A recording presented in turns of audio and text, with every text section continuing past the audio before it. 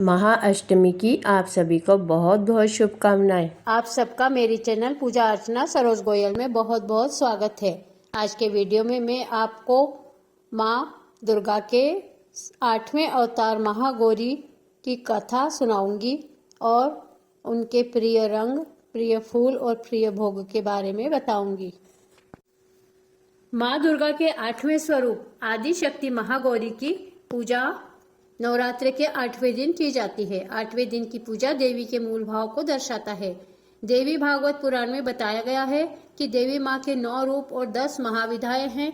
सभी आदि शक्ति के अंश और स्वरूप हैं, लेकिन भगवान शिव के साथ उनके अर्धांगिनी के रूप में महागौरी सदैव विराजमान रहती है। इनकी शक्ति अमोघ और सद्य फलदायिनी है। महागौरी की पूजा मात्र से भक्तों के सभी पाप धुल जाते हैं और वह व्यक्ति अक्षय पुण्य का अधिकारी हो जाता है। ज्यादातर घरों में नवरात्र की अष्टमी तिथि के दिन कन्या पूजन किया जाता है। वहीं कुछ लोग नवमी तिथि के दिन भी कन्या पूजन करते हैं। शिव पुराण के अनुसार महागौरी को 8 साल की उम्र में ही अपने पूर्व जन्म की घटनाओं का आभास होने लग गया था। उन्होंने इसी उम्र से ही भगवान शिव को अपना पति मान लिया था और शिव को पति रूप में पाने के लिए तपस्या भी शुरू कर दी थी। इसलिए अष्टमी तिथि को महागौरी के पूजन का विधान है। इस दिन दुर्गा सप्तशती के मध्यम चरित्र का पाठ करना विशेष फलदायी होता है। जो लोग 9 दिन का व्रत नहीं रख पाते हैं, वे पहले और 8वें दिन का व्रत कर पूरे 9 दिन का फल प्राप्त करते हैं। देवी भागवत पुराण के अनुसार देवी पार्वती अपनी तपस्या के दौरान केवल कंदमूल, फल और पत्तों का आहार करती थी। बाद में माता केवल वायु पीकर ही तप करना आरंभ कर दिया था। तपस्या से माता पार्वती को महान गौरव प्राप्त हुआ और इससे उनका नाम महागौरी पड़ा। माता की तपस्या से प्रसन्न होकर भगवान शिव ने उनको गंगा में स्नान करने के लिए कहा। जिस समय माता पार्वती गंगा में स्नान करने गई, तब देवी का एक स्वरूप श्याम वर्ण के साथ प्रकट हुई, जो कौशिकी कहलाई, और एक स्वरूप उज्जवल चंद्र के समान प्रकट हुआ, जो महागौरी कहलाई।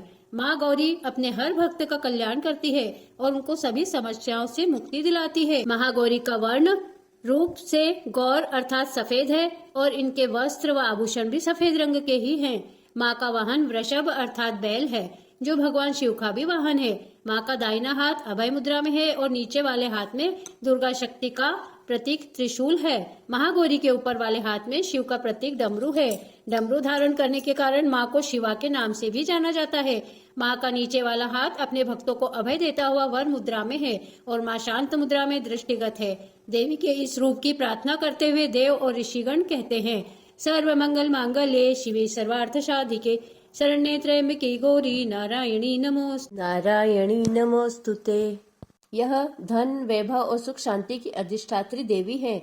सांसारिक रूप में इनका स्वरूप बहुत ही उज्जवल, कोमल, श्वेतवर्ण और श्वेत वस्त्रधारी है। देवी महागौरी को गायन संगीत अति प्रिय है और यह सफेद वृषभ यानी बैल पर सवार है। इस दिन कन्या पूजन का भी विधान है। सभी लोग कन्या की पूजा करते हैं और उन्हें भोजन कराते हैं। कुछ लोग नवमी के दिन भी कन्या पूजन करते हैं।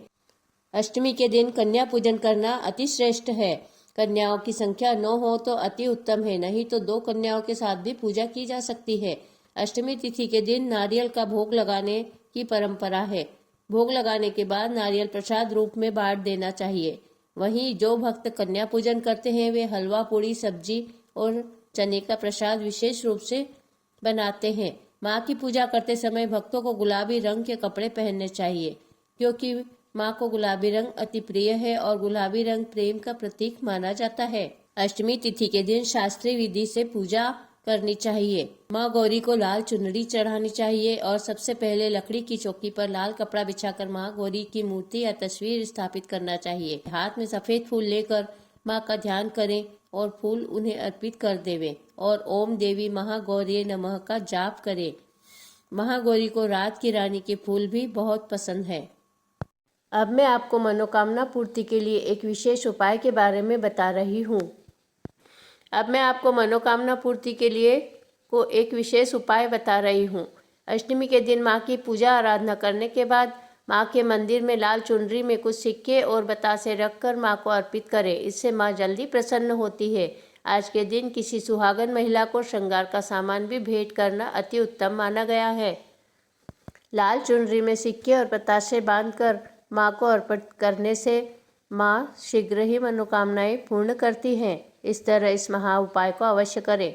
इस तरह अष्टमी के दिन महागौरी की पूजा अर्चना करके कन्या भोजन करावे। यह थी महागौरी की पावन कथा। आशा है आपको मेरा वीडियो पसंद आया होगा। चैनल को सब्सक्राइब कीजिए, बेल आइकन को प्रेस कर दीजिए और अधिक से अधिक इस वीडियो को शेयर कीजिए। कमेंट्स बॉक्स में जय माता दी लिखना न भूलें।